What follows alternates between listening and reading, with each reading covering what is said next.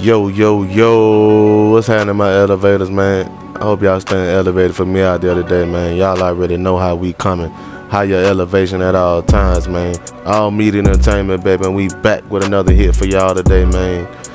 American actor Wood Harris goes live and speaks out on the toxic ratchet element in the black culture and industry, and how much times have changed and how important it is to teach kids certain life factors at an early age. Wood also speaks on movies he's been in, his kids, and more.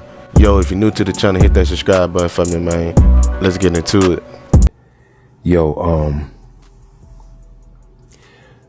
we have to start reaching kids with the right message. Now, how do we do so? We have to reach people in their formative years. Because what's missing is the energy that we had when we were in our formative years. And what years are that? I'm talking about like the age 5 to 12, 13. We got to reach kids with information that's pertinent, right? Because DEI is really strong. It's getting rid of history. It's changing history. It's not allowing their story to be told. So we have to reach kids in their formative years. Like, because think about it, when I was in my formative years and growing up, people like Muhammad Ali was alive. Make sure y'all like, comment, and subscribe for me, man. That were alive. Now, I mean, kids don't get Muhammad Ali and Malcolm X or Martin Luther King, or don't get none of that in their formative years. They get Future. They get NBA Youngboy. They get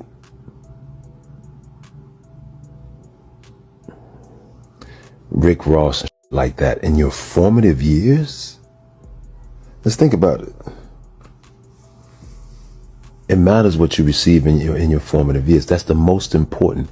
And it's getting to be too late to save some of these weirdo toxic. Like, you can't save them. Like, well, you can, but it's tough love. I'm talking about tough love. You know what I'm saying? I'm just talking about tough love. Because I'm really sick of the ratchet element within the culture, the black culture. So sick of them. I know everybody is sick. Everybody on this feed is probably sick of the same thing I'm sick of, which is the ratchet element of the culture. Now, it'd be okay to have the ratchet element. You know, like the young people say, oh, y'all had Little Kim and y'all had all these other people. We got SexyyRed, y'all had, but yo, we had Muhammad Ali. We also had balance. We didn't just have Little Kim. All y'all got is hoes on the mic and drug dealers and killers on the microphone. We had more than that.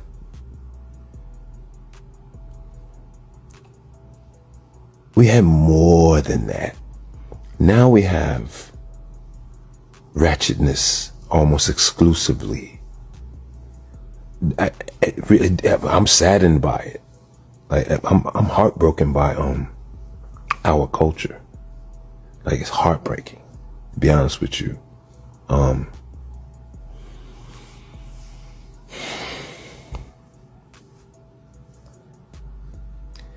We have to reach people in their formative years. The young people are the only way to go, in my opinion.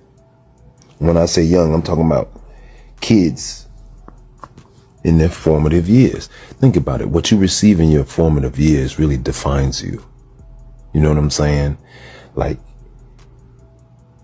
if you was around criminal element as a kid in your formative years, well, you probably going to jail. You probably went to jail. You probably had a more difficult time, depending on how influential that energy was in your formative years. So yeah, I got a cool team of people, and we're gonna make it happen. You know, I got this new show coming out. It's called Politrix, and I got to talk to this guy named Dr. Alvin Tillery, and he's special. You know, he's part of how Evanston, Illinois, the black people have reparations. And I interviewed one of the people responsible for getting them that. But back to what I was saying, you know, formative years. Reach the young people. Reach the young people in school. Set up certain programs. Like, I'm an avid chess player. You know, I play a lot of chess. We need to implement that with the kids. The younger you are that you learn games like chess, you don't even have to be good at it. But learning and playing it helps to form your mind a certain way that only can be done in your formative years. So when you see a chess master, there were no chess masters who started late in life. I'll put it to you like that. None. Literally none. So you can't even be a chess master if you start later in life. And there's a lot of things that are like that.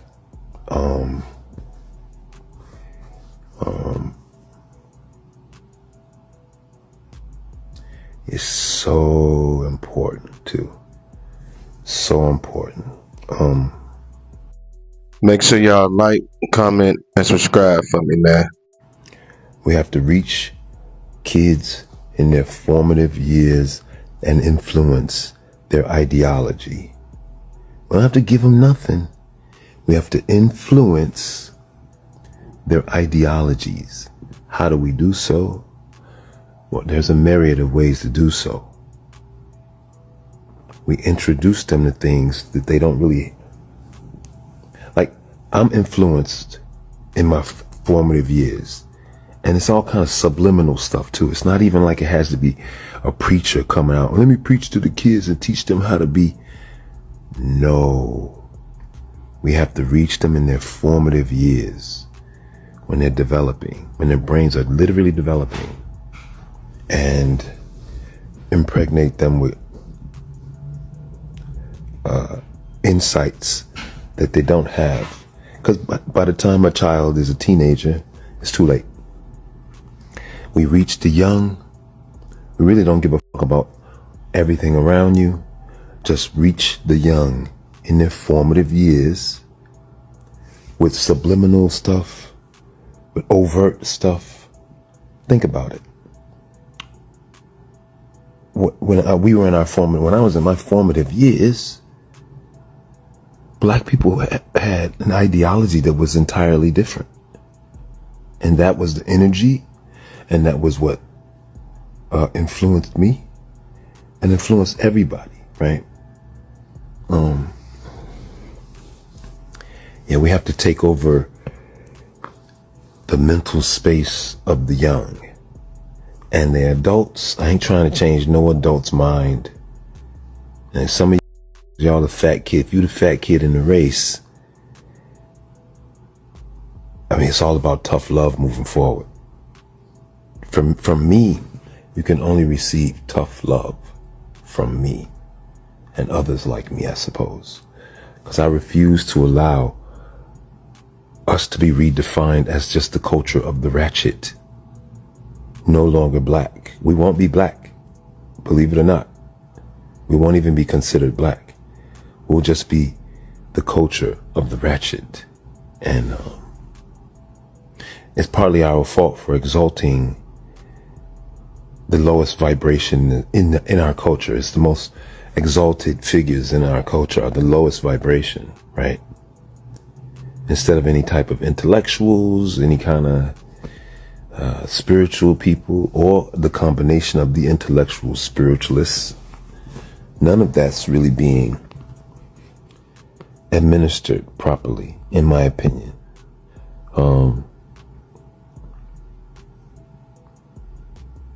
A black woman named Rue Simmons somehow got Evanston, Illinois. I'm in Chicago right now as we speak. Evanston has reparations. Think about that. It's a town in Illinois that has reparations. So, in my opinion, it's so important to reach the young, formative youth with lots of games, engineering games. There's a company called Kiwi.co, like kiwi the fruit, .co. And they have these like wonderful, like, I wouldn't call them games, but they're like, they're sort of like things you play with, toys and games, but you end up building a robot, or you end up building, various highly engineered devices seamlessly. So, because the minute you make a toy out of an engineering thing, well, the kid will fall in love with playing with an engineering toy. And also like chess and engineering games need to be implemented to the young, right? Those who are in their formative years. And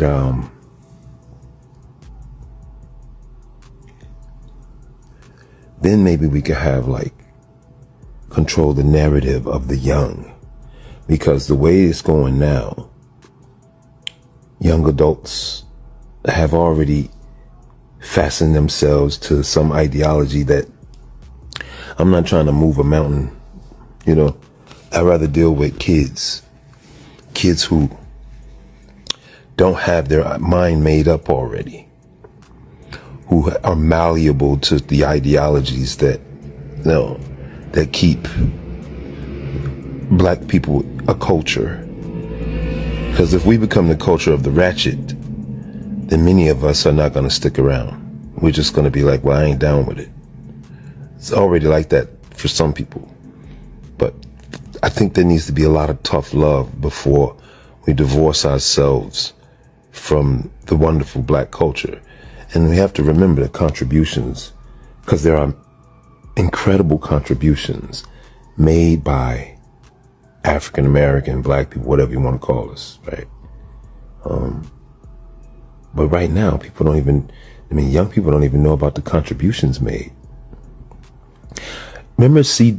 Delores Tucker? She was that black woman who, I think it was in the 80s, she wanted to steamroll over a bunch of music, CDs, because she said it was not cool. Because in the words was like we were saying, she's calling women and saying the N-word a lot, right? So she took I don't know if you guys noticed, but she took a steamroller and steamrolled over as a protest for the direction that black people were going in via the music. And she made statements that are now true,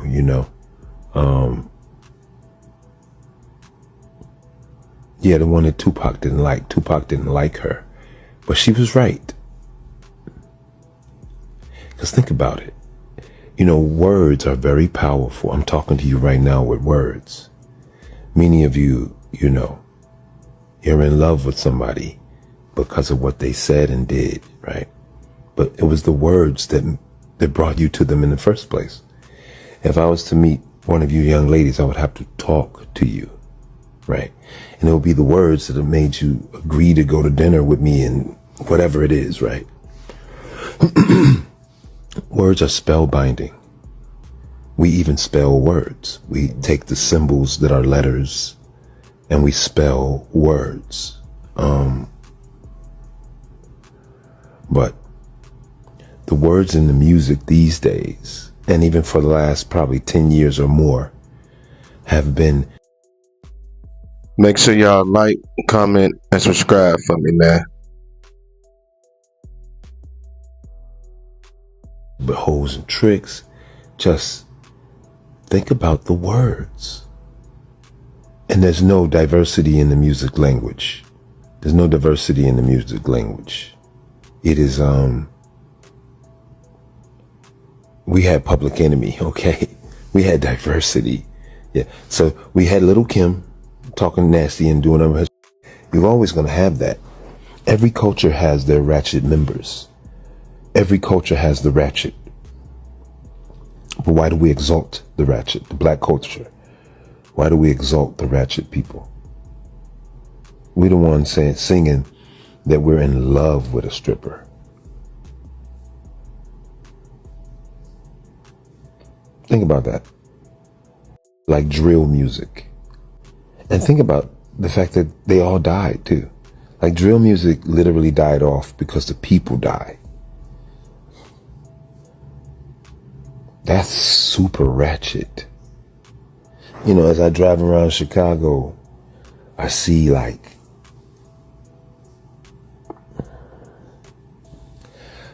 very toxic people, you know, super toxic, looking terrible. And when I say terrible, I mean literally like looking terrible.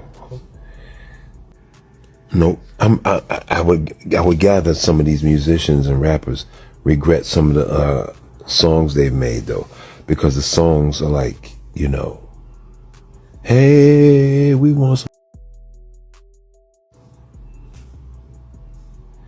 Like I'm driving around with my mom in the car, right? I gotta censor the radio because the language is so filthy. It's like, who is this for even? But that's my point. Think about that. Now all the music is like that. So kids in their formative years, this is what they receive. This is what they receive. Unless it's blocked from them, they receive very adult content. Very, very adult. Look at SexyyRed. She's the perfect example. She will forever be used as an example of ratchetness. And I'm not on here trying to throw her under the bus. I'm not mad at SexyyRed. I think she's just who she is. She's exploited, in my opinion. And they have successfully added her to like mainstream world. And in doing so, I would say that she has a negative influence. But I'm still not mad at her. Cardi B and Megan Thee Stallion are the same way, you know. You know, Cardi B, what they made the song WAP.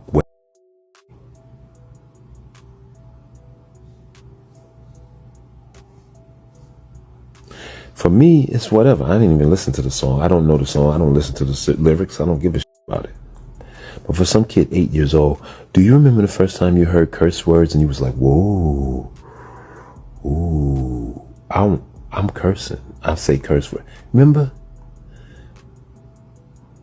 Well, kids have so much negative influence these days.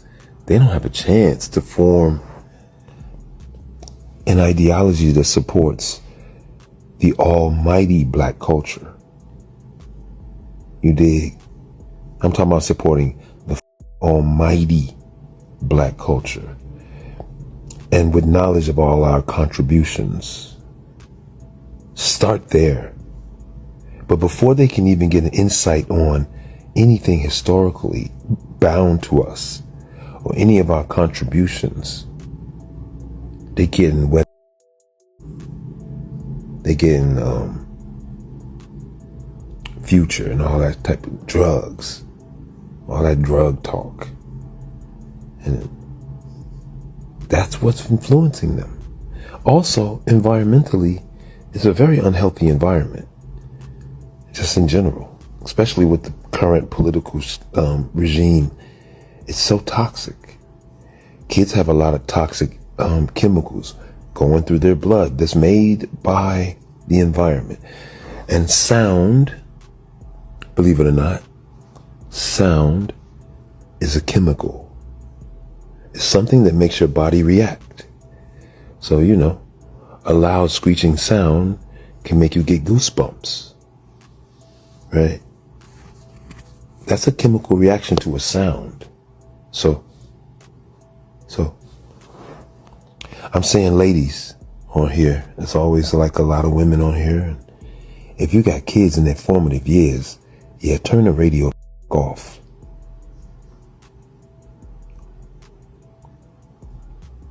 Turn the radio off. Or control it. Totally. When I say control, I mean totally control it. Play what you want to play. Let your kid be one of them kids saying, man, we couldn't watch TV. Ain't nobody in jail who couldn't watch TV. Okay. Turn the shit on the radio anyway. And since there's nothing on the radio, you control the music they hear in the car when you're taking them to school. Influence them with the music you play. Yeah. Make your kid learn chess and things like that. Make them thinkers. Make your kid a thinker. Don't let your, even if your kid is not the most amazing athlete and he or she does not have to be some kind of incredible student. Oh, she gets straight A's, and they don't have to get straight A's. We all want our kids to get great grades. But if they don't, it's your job to make them incredible thinkers. Make your kid be thoughtful. Let them ask you questions. Be like, man, I can't believe my kid asked me that question. Make your kid a thinker. It's easier said than done, but you still got to do it. Make your kid a thinker. Put something in front of him. Just make him figure it out. Start with puzzles, fun things. If you don't make fun out of things, you want them to think things are toys that aren't toys. Make them play with things that give them strengthen their conceptual thinking minds, right? So they can be thoughtful and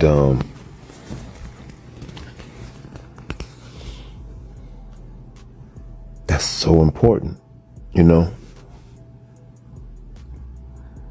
People don't read books anymore. Did you know the average person now does not read a book? Does not finish a book at all. Think about that. I mean, myself, I haven't read a book in a while. Excuse me, but I'm always reading. Let me see what y'all talking about.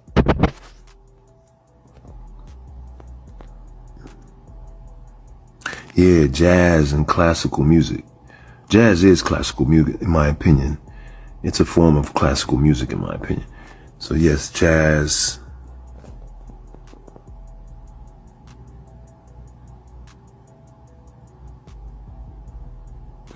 Well, you know, Brooklyn says, I agree, but you got to understand the new parents these days. And I'll just stop right there. I don't really care I don't care what other people do. That's another thing that we need to sort of not do so much, you know. Although I do appreciate what you're saying, Brooklyn. It is true. The parents are some kind of way. But who cares what they would rather do? That's what I'm saying. The people who think like that, ratchet people in the culture, leave them behind. If you're the fat kid in the race, it's over for you. We're not waiting for you no more. You either get your straight or you're going to get left in, you know. I mean, to me, it's just a form of tough love. It's not like I don't love I love the culture, even the ratchet people. But I don't got time, yo. We don't got time. They're removing DEI. Did you guys hear about what Trump did with the DEI too? They made it so there can be segregation in federal buildings. So, like colored water fountains in federal buildings. Look it up yourself. I mean, that's not exactly what it is, but they've it's part of the DEI breakdown. When you go through the actual logistics of it, there's thousands of pages. Within the pages, they have made it so that federal buildings can now be segregated.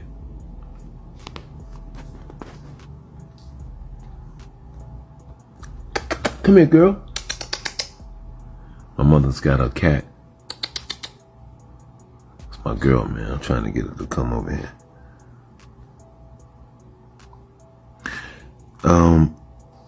C-Dog Video Games, what's up? He said, was me and Tupac close friends? I wouldn't say we was close friends. No, but I had the pleasure of meeting and knowing Tupac, but we weren't close friends. Although I did speak to him 2 weeks before he died.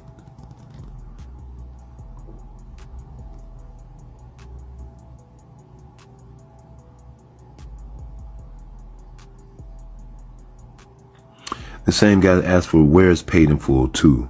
Hopefully it never gets made. I mean, Paid in Full is a true story. So, you know what I mean? Paid in Full 2. That was ridiculous. He never made it, and he never will make it. If he does make it, more power to him, but, you know, it won't have any of us in it, obviously. And I would never do that. Paid in Full 2 is actually, to me, a bad idea.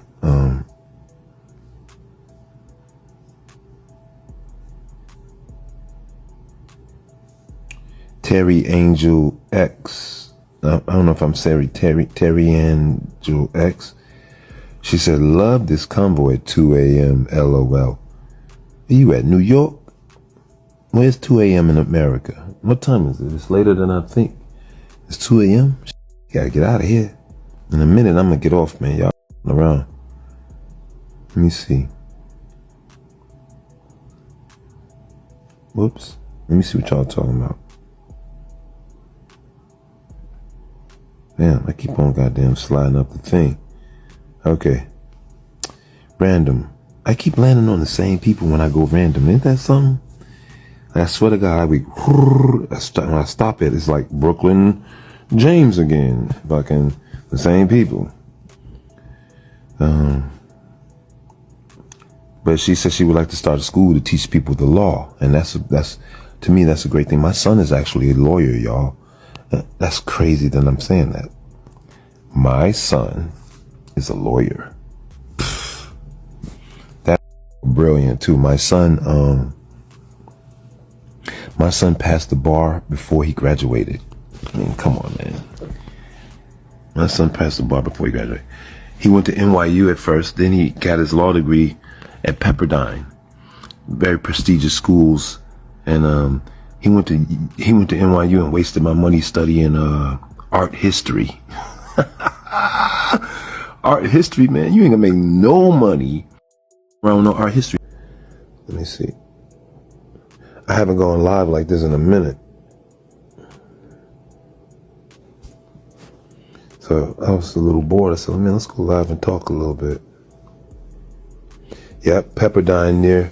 This is newestcoast.com. Pepperdine in Malibu. Not in Malibu. Is it in Malibu? Yeah, it is in Malibu. Is it Malibu? Yeah, I think it is in Malibu. Yeah. Yeah, he went to Pepperdine in Malibu. It's a 2-year program. He got his law degree, but he passed the bar before he graduated. Like, who does that? Like, my son he's very bright.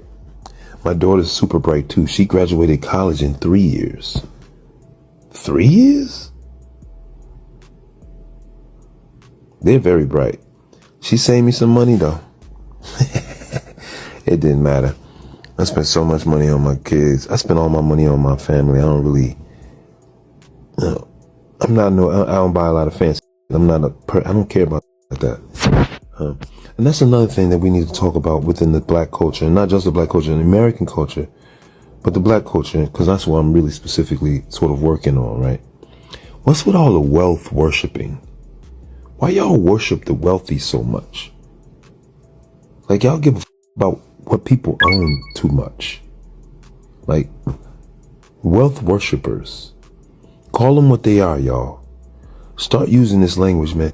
Use these words. If you are a wealth, W-E-A-L-T-H, wealth worshiper,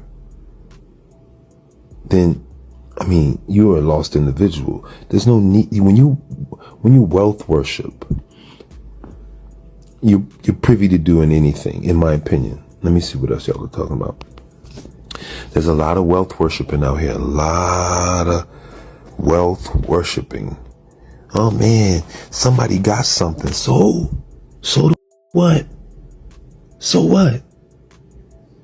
So what? Okay. So they got the red bottoms. So what?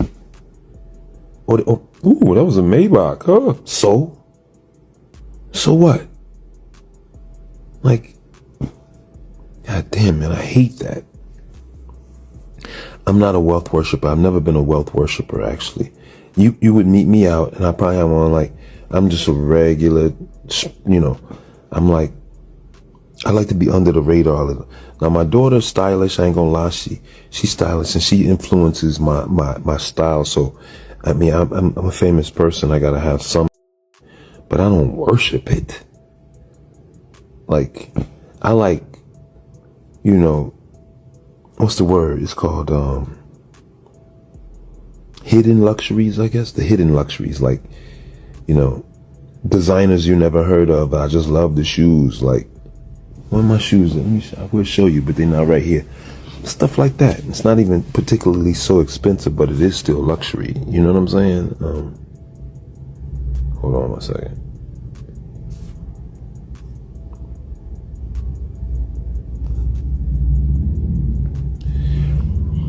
Let's see.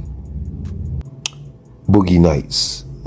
Was it Boogie Nights? Yeah, he directed Boogie Nights, and just a slew of. He's probably the number that has a great cast of amazing actors. Benicio del Toro, Leonardo DiCaprio, Sean Penn, Tatiana Taylor. She's awesome in the movie. I love her. I worked with her twice. The movie, and I did a TV series with her. She's an awesome girl, man. She's a cool ass girl.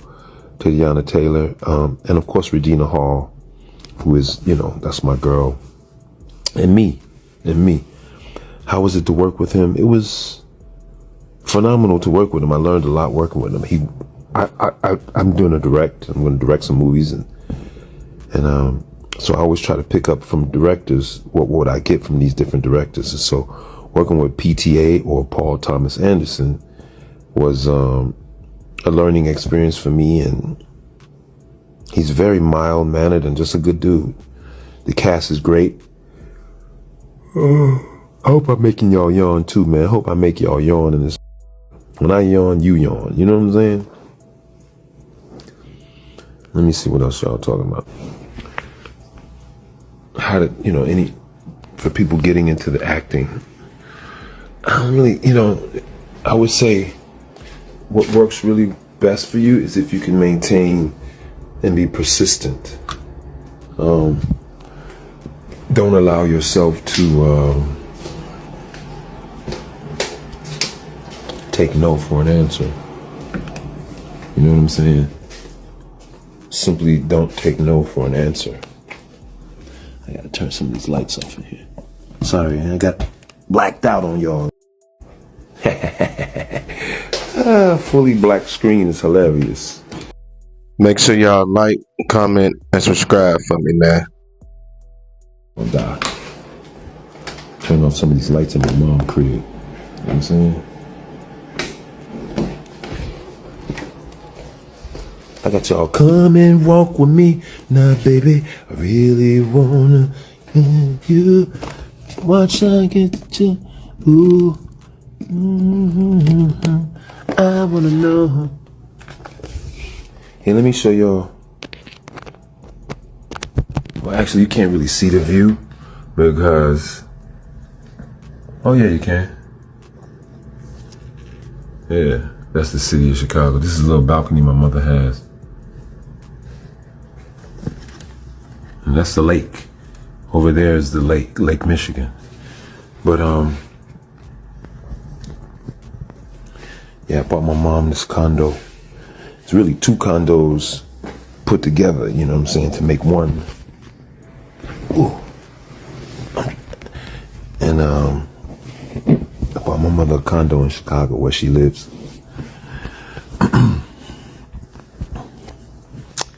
Let me see what else y'all talking about.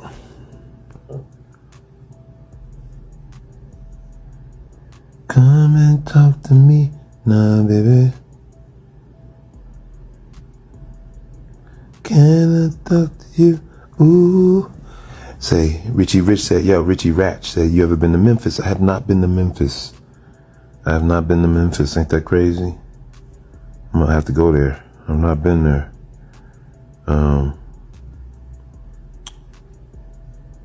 Naja Beam said, are you working on any projects? Nope, working on no projects right now. Happily not working on no projects because I don't want more. I guess I'm super busy I'm a busy person in show business. So when I'm not working, I enjoy not working.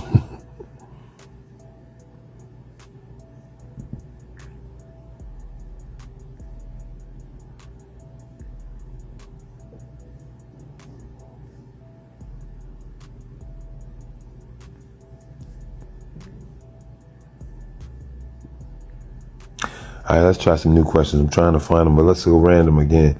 Boom. Willie Will, he said, how do you pick the right role? I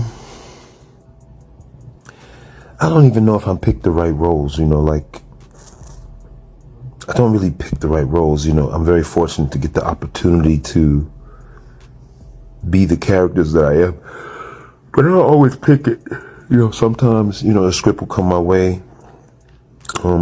Say, for instance, in Winning Time, HBO series that I did, script came my way. You know what I'm saying? And,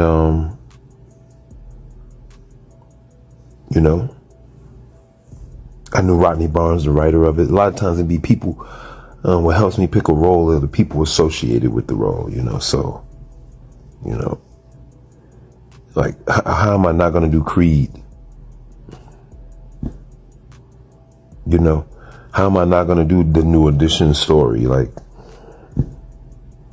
how could I not do Jimi Hendrix? So it's not like me picking a role. I mean, some of the roles pick me, It's the roles that have made me different than most actors because there's a lot of roles. Julius from Remember the Titans is so different than Jimi Hendrix, and Jimi Hendrix is so different than Avon Barksdale, and so the culmination of all the roles that I've done, it just adds up. So what y'all seeing is many years of different roles, and I'm a very blessed and lucky and individual in that regard. Let's go on. Ask a couple more questions here. Boom. Go again here. It's funny. Smooth Pain. Oh, I'm not sure if I'm saying that right. He said, if you wasn't an actor, what would you do in life? If I weren't an actor, if I wasn't an actor, what would I do? I don't know. You know what I'm saying? I'm literally doing what I dreamed of doing as a kid. I'm somewhat ordained to do what I'm doing. I think that the purpose behind me is more to do with what I was talking about earlier regarding, reaching kids in their formative years with impressionable ideological influence. That's why I'm a famous person. Probably not just so I can party, or even act like I'm rich and all that kind of. Let's see. Boom.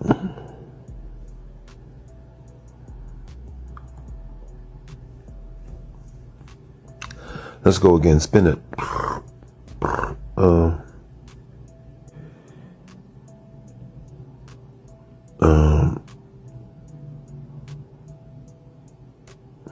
That's really sweet. 20 said Paid in Full might be their favorite movie of all time. No cap, though. You know, man, as I get older, I realize Paid in Full is a very special film. Like, I actually can't believe we made such a great film. I'm actually proud of Paid in Full. Like, of the movies I've done, that might be what I'm most proud of being a part of, because I'm the lead in it, first of all. And it's a true story. And I had so much fun making it. And Charles Stone, the director, he's such a great, like, he's a great person. So I could see that being people's favorite movie. Let me go. Okay.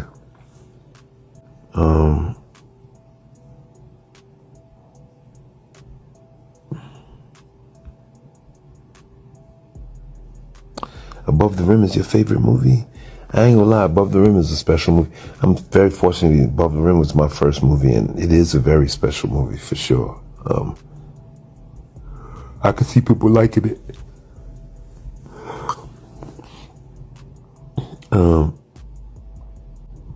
FJ Stevens, she said, Black people really need to reprioritize. I totally agree.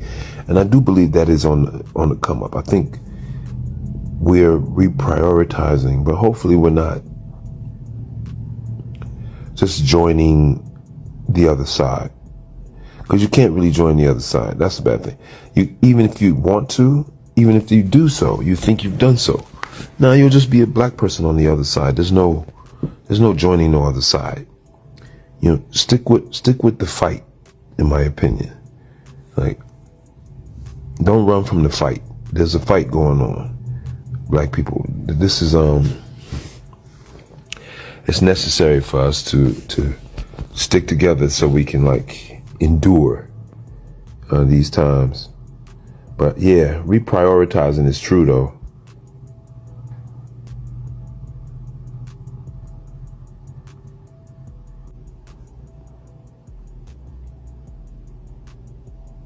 Thank you. Somebody said they like what I played in Judge Dredd. It's just called Dredd, though. Judge Dredd is the one that has Sylvester Stallone in. So I just have to make that distinct so people don't go try to see me in Judge Dredd, because I'm not in that one. I was too young to be in that one. But Dredd is the movie, and we shot that in where did we shoot that? Oh, that's when I was in Africa. We shot that in Africa. I was in Africa for 6 months shooting that. I am a proud native of Chicago. I love my city. It's the only city where, well, I don't know if it's the only city, but think about this. Chicago has, in downtown Chicago, the lake is downtown. The beach is part of downtown Chicago. Chicago is beautiful. Big tree-lined streets. And there's a lake. Like, we never think about it, too. We take it for granted. But the lake is downtown. And so is all the luxury stores, the high-rise buildings. The architecture is unbelievable. There's literally Picasso's, giant Picasso statues in downtown Chicago. There's Frank Lloyd Wright houses all through Chicago and Oak Park, Illinois. They're all over. So Chicago is super beautiful. But then all people hear about, regarding the black people, is the crime and stuff, right? Hold on one second, let me see.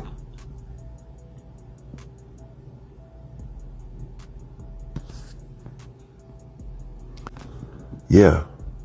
Hey, listen. Good night, folks. It's late in America. Y'all go to bed, all right? Love y'all. Good night.